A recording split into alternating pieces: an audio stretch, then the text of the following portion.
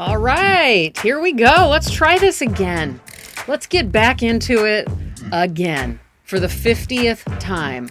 Here I am after another accidental, I don't know what you call it. It's not a sabbatical. It's just I fall away. I fall away. That should be that should be my memoir title. I fall away. That sounds like a bestseller, doesn't it? That sounds like not my kind of memoir. That sounds very annoying. Robin O'Neill, I fall away. But yeah, I fell away from you guys again. Hello, welcome. This is me reading stuff. I'm Robin. I am so sorry to anybody who cares. I am so sorry for not being true to my word, you know? I have all good intentions when I think, oh, this is going to be every week or this is going to be every other week.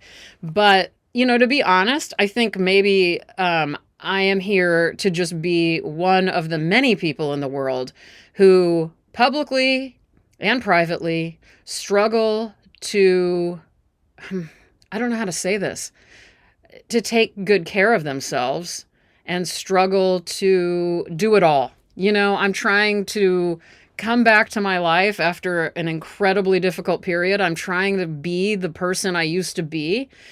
And that person who did this podcast for so long and made the artwork to the degree I made the artwork for so long and maintained friendships and connections and had, did I already say gallery shows and museum shows and the whole nine yards, and did this podcast so regularly, that person, at least for now, that person is long gone, like really long gone. And I am now a different version of that person.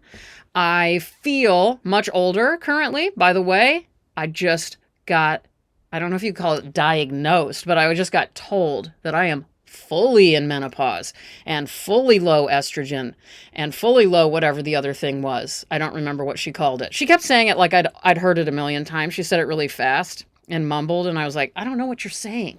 I barely know what a uterus is, for God's sake. So anyway, anyway, if you're just tuning in, just know this. I went through a lot with my physical and mental health over the last 2 years, and I'm trying so hard to just, you know, I'm kind of learning to be an adult again, is how I put it to somebody recently. And I am really, truly doing that. I am eating nutritiously, regular meals at similar times every day. My bedtime and my wake up time are solid. I get my laundry done in time. You've got to imagine me, it's almost like I'm in my own rehab program here at the house. And the rehab is called Just Be a Regular Human Adult, Robin. Just do it. Just figure it out. Because little did I know, I was never doing that. I was well, let's not get into that. But I was sort of weirdly, for a lot of my adult life, sort of protected from a lot of, kind of coddled in a weird way, and didn't have to clean up my own messes very often and all of this stuff. So I know I'm being kind of vague. I'm kind of being mysterious maybe, or maybe I'm just being incredibly clear. I have no idea.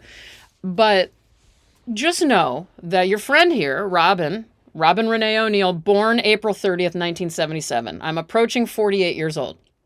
I've had experiences now, later in life or midlife, that have really changed me and really made me wake up to, like, really wake up to what's important. At least what's important now is never going to be what was important in your 20s or 30s or teens. Obviously, as you approach, you know, that 50-year mark. So that's normal, right? But for me, I am having real trouble with what my priorities used to be compared to what I want them to be now. So, that being said, I now am unwilling to, say, record a podcast if I have not eaten any meal for the day. I am unwilling to finish a bunch of drawings if I haven't done the laundry for 3 weeks. Does this make sense? Whereas before, I was just like, well, Not a problem. The only thing I want to do are the things I want to do. So it was always easy in a weird way. I was just like, no, I wake up and I draw and I eat if somebody gives me something to eat. And other times I'll maybe pick up something to eat. Occasionally I'll cook, whatever. It was just very, I don't know. Does this make any sense at all? If not, hit me up with a question, info@robinoneal.com, and I'll get back to you. Thank you to everybody who's been listening. There's a lot of listeners who have reached out in various ways lately, and you guys always do, and I love that. I prefer it when you reach out via email at info@robinoneal.com. That way, it's easier for us to compile them and print them out so I can see them. Instagram, I've been trying to be better about, but I wouldn't recommend hitting me up on Instagram with a direct message. I tend to ignore most of those messages just because it overwhelms me so much and I can barely see them. And I only do Instagram on my phone, and my phone is an iPhone mini from many, many years ago. And my eyesight has gotten so bad that even my glasses are not really working for me right now, so I kind of can't even see them. I'm trying, but I can't. So email, we can print it out at like font size 300 times what it should be, and I'm good. Okay? How does that make sense? Those are some of the details. Also, if you guys haven't been on my Substack, I am back into Substack. I gave it only a little break during the holidays. See, that was the other normal adult thing I did. Why not take a couple of weeks off? It's the holidays.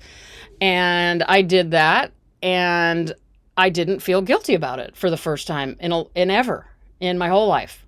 I said, I didn't tell my Substack. I mean, who's really going to care if I email? First of all, I also am more realistic now. Nobody cares, Robin. Nobody cares if you don't post something for a while. Nobody's like, oh man, like waking up every day with an alarm that says, check Robin's Substack. That's not going to happen. And if you don't know what Substack is, join me. Look up my name, Robin O'Neill at Substack, or I don't know what, it's robinoneal.substack.com, I think. Or just search my name, and you'll find me. And I'll put a link in the description for anything I'm talking about. In the description of this podcast, you'll find it. But man, I'm talking fast. Over on Substack, I often write little posts every week or two. And they're posts just about anything.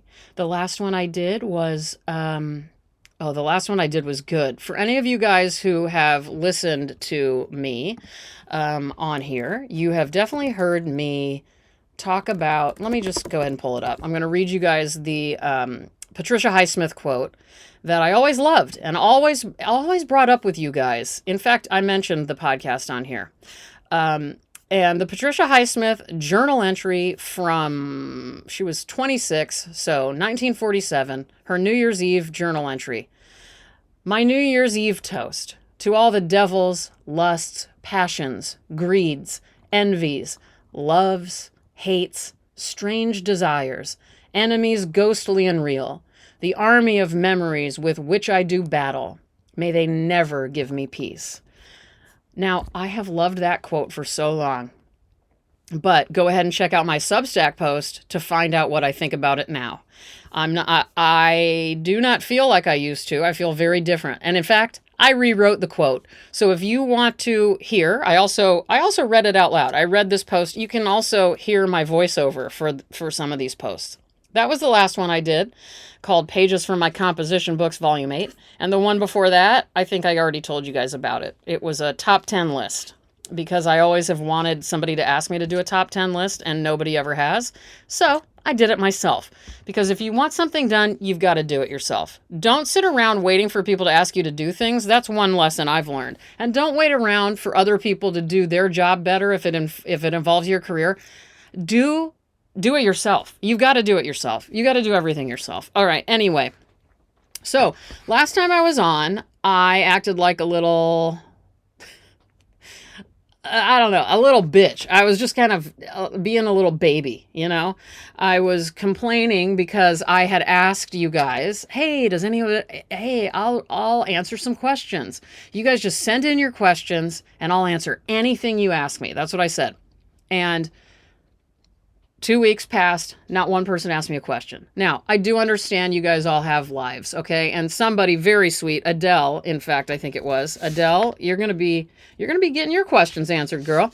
So Adele, who is very kind, awesome person, awesome artist, awesome listener, she kind of reminded me very gently, like, life is kind of crazy for a lot of people. Also, it's kind of the holidays. There's a lot of things. So,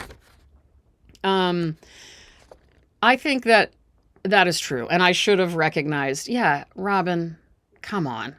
I don't know. I don't know what my deal is. I'm sensitive and it affected me. And I felt, you know what it was? It was embarrassing and humiliating is what it was.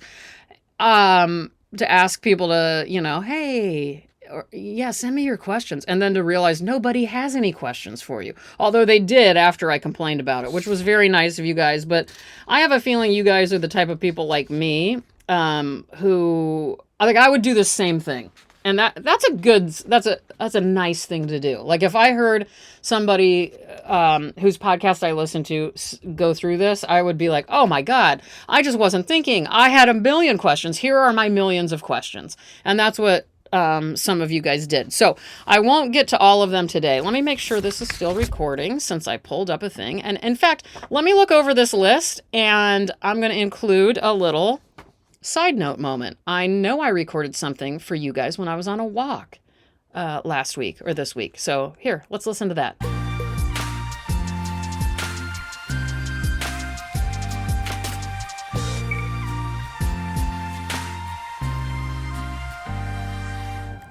Two questions / thoughts for you guys right now. I'm taking a walk and oh my God, where I'm walking is so beautiful.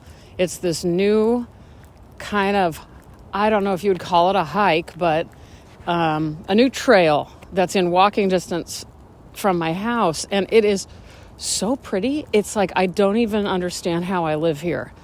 Wow. Washington State, what's up? Okay. Here are my questions. Here's a couple of questions.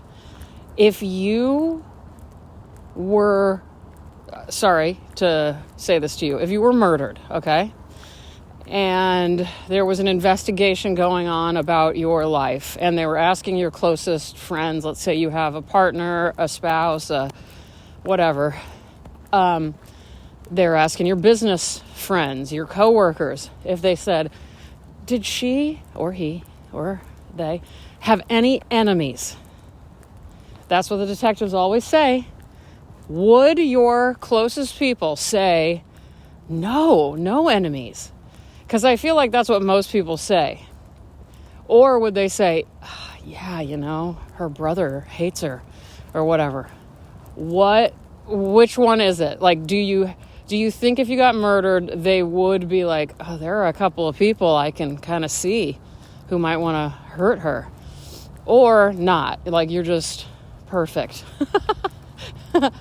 I was wondering that about myself because I don't know why, I was imagining myself setting up a picnic when the weather gets nicer. I mean, right now it's freezing and it's all wet and kind of frosty around this place I'm walking. But I thought in the spring I'm going to get my little picnic blanket and this is where I could have lunches. It's because it's just, I'm so excited about it, you guys. It's so pretty. I always see this one bald eagle on this walk too in the same tree, so that's fun. But anyway, I was imagining, and I don't know why I imagined this, but this is what my brain does. I was imagining me peacefully having a picnic here and just by myself with books, a notebook and a book and a sandwich and fruit and chips. And then I imagined, this is horrible, but I imagined a sniper like shooting me and then, other walkers finding my body like that, like shooting me in the head. This is horrible, but I'm just being honest. And then it would be like, well, that seems pretty crazy. Like a sniper, that seems like a random act of violence. But then I thought, well, there are people who are mad at me. So maybe that, Damien would have to say, yeah, she does have enemies. And then that made me look at myself like, I have enemies? Do I really have enemies? I don't know. I mean, I think I just have some weirdness between me and some people, but maybe that's what they look for, the detectives. Okay, so that's my question for you. And then I believe I forgot the other one. So what would you put in your picnic basket? This is not the question, but what would you like? I would love, oh my gosh, one of my friends, Stephanie, who lives again in Oklahoma. She's moved around a lot, but my friend Stephanie in Oklahoma had she worked for, I think, Sprouts for a long time. And I will always remember the way I became friends with her is that back on the Flickr days, she had a Flickr photo of a veggie sandwich that was so beautiful from all the ingredients at Sprouts. There were Sprouts, tomatoes. It was just tons of veggies. And I think like hummus as the spread. And maybe it even had like sprouted sunflower seeds, which are one of my favorite toppings on a sandwich, by the way. If you don't know, you should try it. And then I just remember being so inspired by this sandwich. I liked it, and then I followed her, and we became friends ever since. And she had two of the cutest cats, still has one of them as far as I know, that I've ever seen. And I just adored her from then on. And anyway, that's the sandwich I want. I wonder if that's still on Flickr. If so, I'm going to pull it up and find it and show you guys. A really packed full of awesome fresh vegetables, veggie sandwich. Probably Ruffles, like traditional Ruffles. Apple slices, grapes, maybe a couple carrot sticks. End it. That's it. Goodbye. That's all I need. I would, you know what? On the way, I would stop by the coffee shop. I would get I forget what they're called now. The lemonade and iced tea. You guys are all saying it in your head. I don't even care what it's called. Lemonade and iced tea.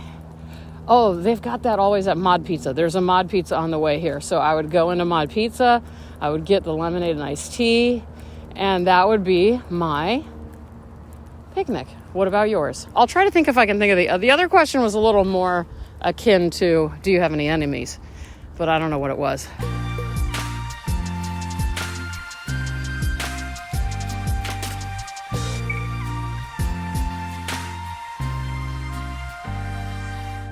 Okay, I'm back. So, by the way, my walks have been so wonderful. I don't remember if I told you where I was walking and what it was like, but this week, the amount of walks I've taken, on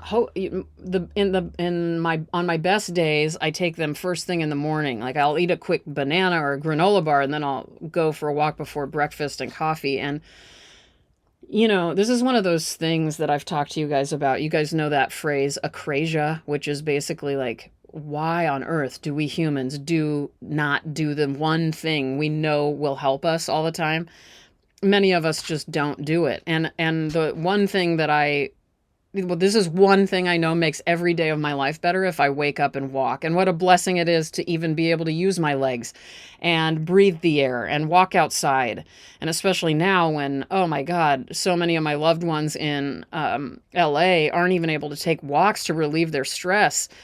Erin, I'm thinking of you, girl. It kills me because I know so many people that I know and love are just like me. And walks are a major part of healing. So anyway, today on my walk, it was extremely foggy. Like I could see maybe 10, 20 feet in front of me, maybe.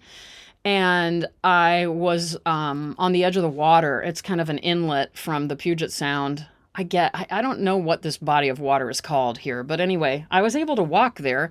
And this is a new walking area that, like a hike, I guess. I wouldn't call it a hike though. And there's a little reservoir with salmon and all sorts of things. Just beautiful landscape. I can't even believe that I live in this beautiful state of Washington. I can't believe it. It is a dream. I just want to celebrate that right now and just tell you guys how much I love it and how beautiful it is where I am. So anyway, I was on this walk and I had watched these two enormous bald eagles flying around doing something, and then they landed on the top of a tree. And it's so fun to watch hawks and bald eagles, like any of the really huge birds, to watch them land on a tree and you can see, even though you're far away, how heavy they are, to see those branches like go down and then come back up to meet their weight. It's such a beautiful moment. So I watched that for a while, and one of them was just there still and then spread its wings doing something, maybe stretching.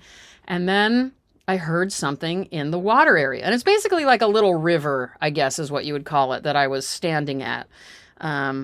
Or if that's an inlet right near a bigger body of water, because we're right near an island. So anyway, I heard, and I was like, oh my God, maybe there's a fish, because I rarely see fish. I see ducks and geese and bald eagles a lot, but I wanted to see what kind of fish I could see. And I look down, and there are several. I thought they were sea lions. I didn't know what they were until I got home. But long story short, these were baby otters, baby river otters, and maybe like some of them looked teenage age, but they were not full grown. And it was the cutest thing I've ever seen. And they just had the front half of their body and their head. They were on the edge of the water, just eating fish. I saw bones come out of one of their mouths, and they were just so cute and so happy. And again, I was that close to them because you couldn't see very much further. I have a video of it. Maybe I'll post it on Instagram for you guys. I will. Let me make a note of that. Give me just a second. Also, I need water. Also, I need to take a breath because, see, this is the problem. If I wait a month to talk to you guys, it's insane how much I have to say. And now I'm overly excited and I'm talking fast. Okay, so this is from Adele. I hope she's okay with me saying her name. What a beautiful name it is, Adele. So I'll just say her first name because I don't know if I have permission. But okay, first question. How did you and Damien meet? What a great question. For those of you out there, Damien is my husband, and I have been a fan of Damien's music since I was 18, maybe a little bit, maybe 17.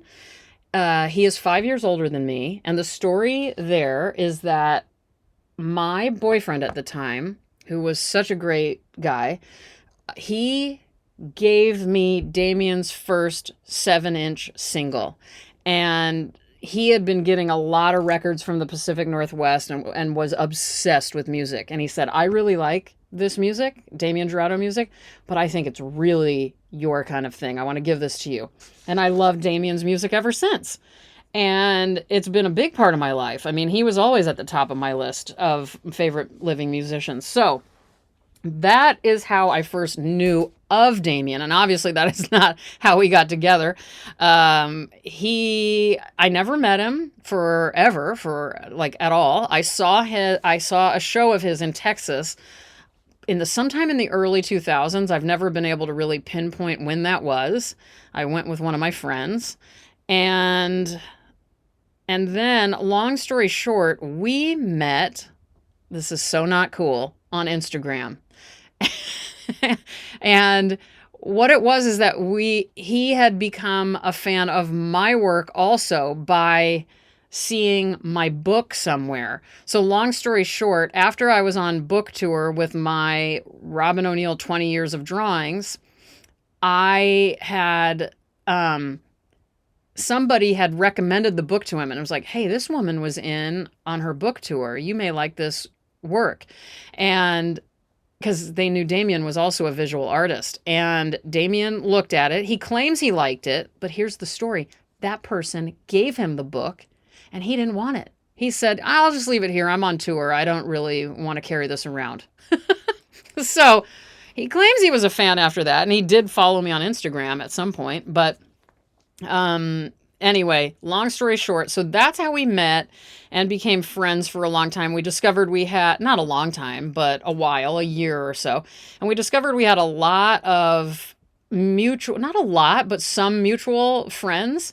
And let's see. And then both of us ended relationships around the same time. And so, like around the exact same time, I think. And so that's how it started. It was kind of a wild ride at first, to be honest with you. But well, not really, not until, I mean, the process of ending relationships and then also realizing like, oh my gosh, this friend of mine, I'm starting to have feelings for, that's always hard. So that's the kind of thing that kind of went on for both of us, I would say. I mean, he can speak to himself, but he was maybe more along in ending his relationship, and me, I was in a very confused state for a lot longer, and we didn't even live in the same place, so we weren't seeing each other. We didn't get to see each other physically at all for a long time. And then eventually we started to go to Al-Anon meetings together when we could, and when he would be, because he was traveling back and forth to Orange County from the Pacific Northwest for a while. And so our relationship was kind of founded in our own version of church, in a 12-step meeting, in 12-step meetings. And that brought us close together spiritually, and then it just grew from there. So it was sort of a slow growth in that way. And then once it was on, and it was on. It was on till the break of dawn, and it still is going on. And I couldn't be happier. We are very well matched in so many ways. We are in so many very hard to articulate ways. We're a lot alike, but we're absolutely nothing alike most of the time. So it's totally, and it works.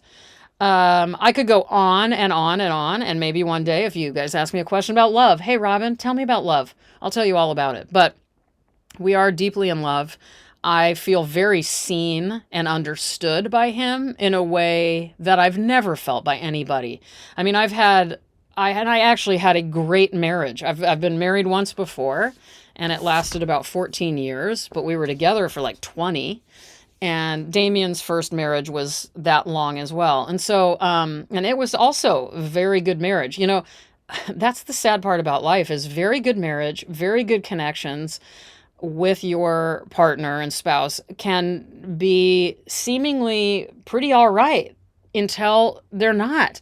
And then you realize, I mean, it could be if you're growing a lot, and I'm constantly growing and changing, and and then there was also, for me, a lot of the problems that led me to have to go to Al-Anon. And for those of you who don't know what I'm talking about, Al-Anon is a program, a 12-step program for people who have family members or loved ones who are alcoholics. And so there was a lot about my life in my 20s and 30s and early 40s that unfortunately were tainted a lot by alcoholism. Not me personally. I am not an alcoholic. I don't drink really at all. I mean, I have like maybe 3 glasses of champagne a year or something like that now. So it's not really my thing anymore, I was never an alcoholic, but I had, let's just say I had a lot of alcoholics in my life, and, but the kindest of alcoholics, the kindest and best of alcoholics. So, anyway, I don't know where I'm going. I don't remember what I was saying, but, I've been lucky in love, I would say, for the most part. And I am especially fortunate now, and I am grateful for it every day. Do Damien and I have our challenges? Sure we do. Who doesn't? When you're married, you're going to have some challenges. But, I mean, it seems about as smooth sailing as it can be when you have 2 artists with brains like ours in one household. I mean, we're both very intense people. We both require a lot of very specific things in life. And, that's going to be difficult. And I remember I used to really be like, I don't know how 2 artists can live in the same house together. And for those of you that don't know, Damien, his name is Damien Jurado, Jurado. And I'll put a link in the description for maybe I'll make you guys a Damien Jurado playlist. I have one. I'll just put it on YouTube so I can easily share it with you, because at this point it's just on my iTunes. Let me do a DJ playlist. So if anybody doesn't know Damien's music, you're about to, and you're about to love it and him and be obsessed with him, and you're going to probably forget all about me, because he is the superstar of the family. And he just amazes me all the time. And to live in a house with somebody who is so just wildly innovative and good at what he does and prolific, and his lyrics are just my favorite, and his voice is like just heavenly. So anyway, and he has a new album out called Motorcycle Madness 25. He's already had another Motorcycle Madness come out, and this is a new version of the same songs. It used to be in mono, now it's in stereo, and then there's new instrumentation. A very different album, but I really... Motorcycle Madness. Did I say Monster? Did I say something else? Motorcycle Madness is the name of the album, and I highly recommend it, so look it up. Anyway, so Adele, that was like 30 minutes of me talking about Damien. I'm going to answer one more of your questions. I'm just going to randomly put my finger and see which one it lands on.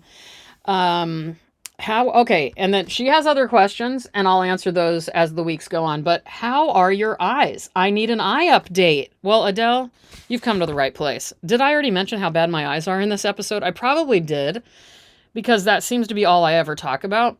My eyes... Did I tell you guys about getting eye surgery over the summer of 2024? Now, Adele, if I didn't tell you that, I did have my vitreous sucked directly out of my left eye. So all of the jelly stuff in my eyeball was sucked out because I had a permanent floater that didn't even move around exactly. It just kind of stayed in the center of my eye and covered up about 80 to 90% of my eyeball. And then it like twitched around all day, like just moved like a crack addict, like all day in my vision. So my left eye was like just completely gone. Now, I think I mentioned this. I have wonderful glasses on right now, and they are the kind that give me far away is better, and then also kind of the readers on the bottom. I can't see a thing almost ever. I can't tell you how hard it was for me to read your questions just now because I printed them out a little too small. Nothing is making me more crazy than my eyesight, right? I think that's, if I were to tell you a list of my top 10 complaints, it's both, I just got diagnosed with arthritis in my neck, and I'm also having a lot of trouble moving my neck, especially when I look down to draw. So you can imagine how fun that is. Here I am trying to come back to me reading stuff, which means I'm reading things and I can't see. And then drawing, which I draw very tight, detailed things for the most part. And I have to look down to do that because I'm not working on a wall right now. I'm working on a desk, and I can't do that very well. But don't worry, because tomorrow I go to my first physical therapy class or lesson. What do you call it? Physical therapy session. I've never been to physical therapy. And tomorrow I get to walk to my physical therapy. It is not far. I wish I could walk to absolutely everything I do. And for the most part, I do. I can walk to my pharmacy. I can walk to my grocery store. I can walk to the park. I can walk to the library. I can walk to the water. I can walk to my friend's house. And did you guys know that I haven't been on a plane since 2020? Maybe 2020. I think that's correct. How do you feel about that? I haven't been on a plane since 2020. And I, in some ways, don't know that I'll ever get on a plane again. Listen, I used to fly. When I used to live in Houston, I would fly once or twice a month. And that seemed normal. I still never liked it. I mean, I kind of like flying, and I love bringing a book to the airport and bringing my crochet stuff to the airport, that kind of thing. But I hate germs. I hate uncomfortable seats. I hate people coughing on me. I hate public restrooms. So you can imagine how I feel about airplane restrooms. Oh my God, I should get Damien on here to talk about airplane restrooms. His story about an airplane restroom is one of the craziest stories. I'm going to have him record it for you guys or something, because you're not going to be able to believe what he once witnessed. Oh, and also he one time had somebody die on him on the plane, because he's traveled way more than me because he's a touring musician, or he used to be. He is also just not into getting on planes anymore. We both just had this wake-up call to us, like, why are we doing this? This is so exhausting, the amount of traveling we're doing. So anyway, let's get to reading. Adele, I love your questions. I want you to know that, let's see, Matthew, Katie, Tom, and Adele. I think those are the only questions I got. If I missed your name, then please resend them to me at info@robinoneal.com, and I will get to all your questions. And for those of you that sent me a question, and if I read it on the air, send me your address at info@robinoneal.com, because if I read your question on the air, I'm sending you a postcard drawing. Even if you've already gotten one, I'm sending you something else. I'm sending you something in the mail. I shouldn't say postcard drawing. I'm going to send you something in the mail, okay? So, Adele, that means you get in there, you send me your address, and I will send something to you. And hallelujah, Canada finally has a postal service again. Now, I have a lot of Canadians who listen. I sent as many postcards to Canada when I first started this Substack. For those of you that don't know, on my Substack, if you are a paid subscriber to my Substack, you get a postcard drawing. I draw on a postcard and I send it to you. You have to send me your address, but if you're a paid subscriber and you give me your address, I send you an actual drawing in the mail. And I had to send as many things to Canada as I did the United States. And Canada's postal service was not in operation for a long time. And I didn't know it at first. And then suddenly our post office put a big sign up, or not even that, it's like a shitty crumpled up notebook paper that said, "Hey, talk to me if you're shipping to Canada." And so I talked to them and they said, "Yeah, you can't ship to Canada." Like, oh, this was a cool experience. Thank you. Because I already sent a million things to Canada this week and last week and the week before. And they're like, well, they didn't get it because Canada's not delivering mail. And so, hey, Canadians, can one of you email me and tell me what the deal was? Because I want to know the politics behind it. What happened? What happened? And are you guys okay? And that really made me sad because I love all postal services. I really find them to be important. So I'm sorry that happened to you guys, and I'm sorry for whatever happened with the postal workers. Okay, guys, guess what? We're rereading something. Give me a second. All right, so I've been doing this for almost 10 years, 10 years this summer, or spring, I don't know. And I've already reread a lot of things. Certain passages, poems, essays really get to me, and the people who were listening back in 2015 are not listening now.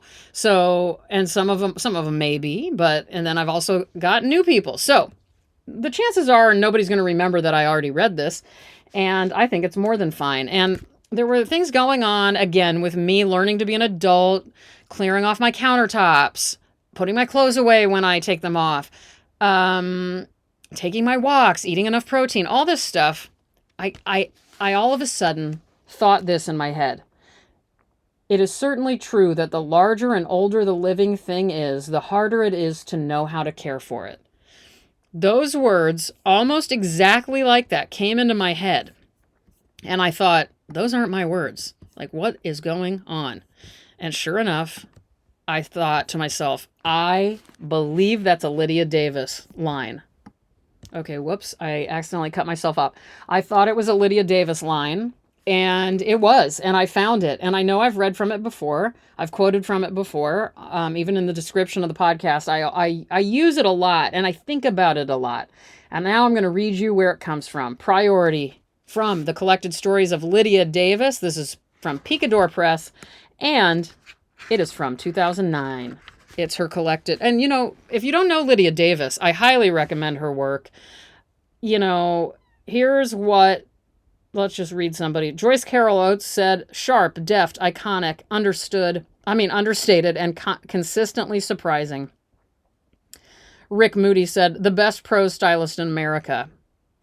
James Wood of The New Yorker said, a body of work probably unique in American writing. I suspect that the Collected Stories of Lydia Davis will in time be seen as one of the great, strange American literary contributions.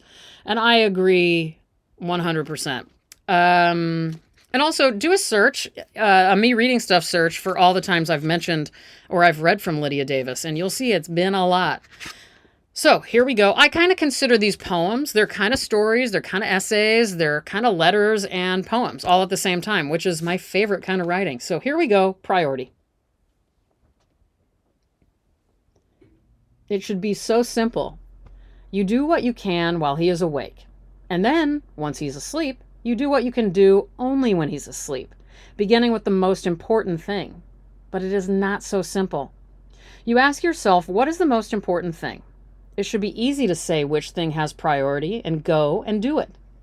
But not just one thing has priority, and not just 2 or 3. When several things have priority, which of the several things having priority is given priority? In the meantime in which you can do something, the time when he is asleep, you can write a letter that has to be written immediately because many things depend on it. And yet, if you write the letter, your plants will not get watered, and it is a very hot day. You have already put them out on the balcony hoping the rain will water them, but this summer it almost never rains. You have already taken them in from the balcony, hoping that if they are out of the wind, they will not have to be watered as often, but they will still have to be watered. And yet if you water the plants, you will not write the letter on which so much depends. You will also not tidy the kitchen and living room, and later you will become confused and cross because of the disorder. One counter is covered with shopping lists and pieces of glassware your husband bought at a liquidation sale. It should be simple enough to put the glassware away, but you can't put it away until you wash it. You can't wash it until the sink is clear of dirty dishes, and you can't wash the dishes until you empty the drain board. If you begin by emptying the drain board, you may not get any farther while he is asleep than washing the dishes. You may decide that the plants have priority in the end because they are alive. Then you may decide, since you must find a way of organizing your priorities, that all the living things in the house will have priority, starting with the youngest and smallest human being. That should be clear enough. But then, though you know exactly how to care for the mouse, the cat, the plants, you are not sure how to give priority to the baby, the older boy, yourself, and your husband.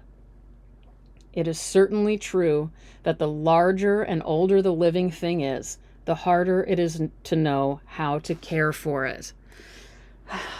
Let's give that a round of applause, everybody. That's right. That's right, Lydia Davis. Lydia, I'm in love with you. I'm in love with your writing.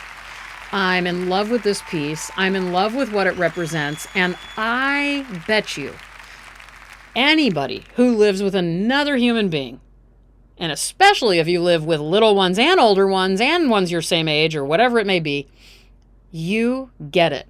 If you don't get it and somehow, if this doesn't make sense to you, I'd love to hear from you. Tell me what the secret is, because this shit is so hard. This is really hard stuff to battle.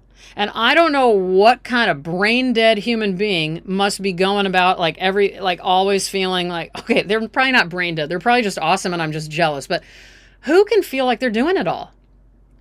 I have finally given up. I have been working in therapy on my perfectionism and my workaholism and all of that. So I'm getting better, but it's so difficult. Anyway, there you go. I'm going to probably read you some more Lydia Davis soon. Let me take a breath.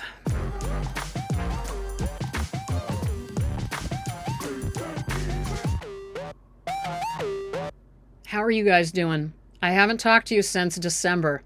How was your early 2025? How were your holidays if you celebrated them? If you didn't, what did you do in the last month? What was your favorite thing you've done in the last month?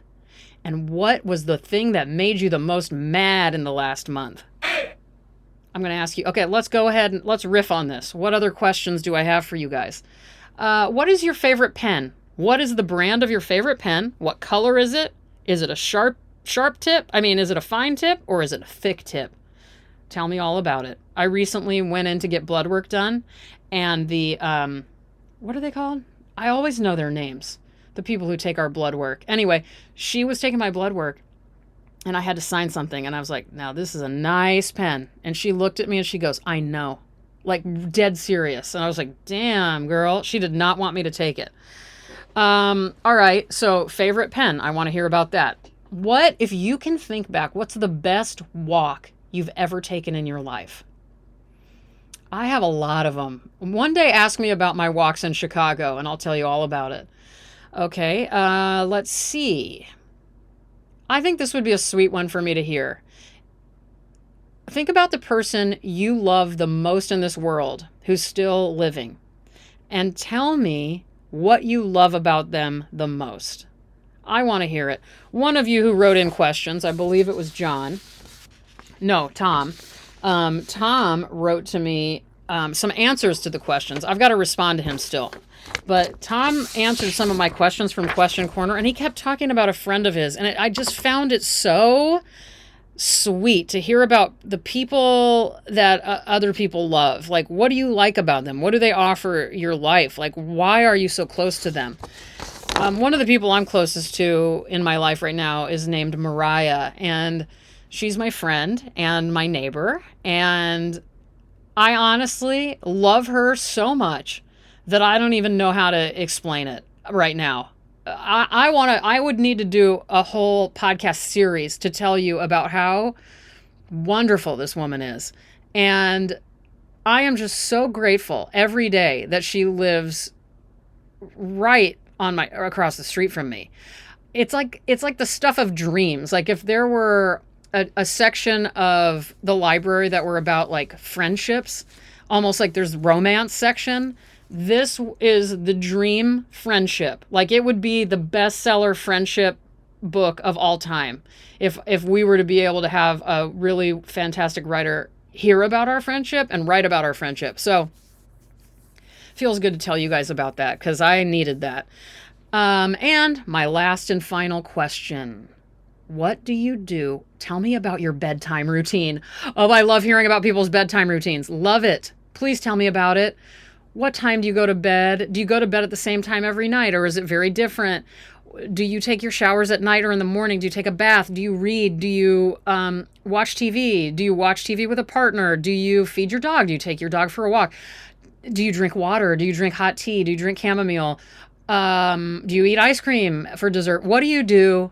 What do you do? Write to me. Tell me about it. info@robinoneal.com, robinoneal.substack.com. Get in there, get a paid subscription, and then send me your address, and I will write you, draw you, and write you.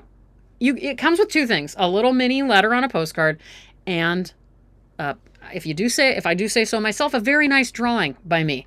And I'm getting better and better. I feel bad. If you're early on, if you were one of the first like people to ever ask me and you got a postcard and you're like, God, it seems like these keep getting better every time she posts one. I kind of got a shitty one. Just let me know and I'll send you another one. If you have the balls to write me and say, you know what, Robin, I'm a paid subscriber and I got my drawing on my postcard. You sent it to me and I received it. And frankly, I didn't like it.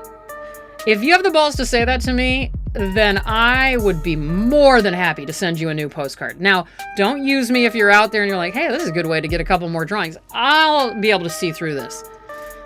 Maybe you need to like really detail why you don't like it. And then I'll be like, this person truly didn't like it.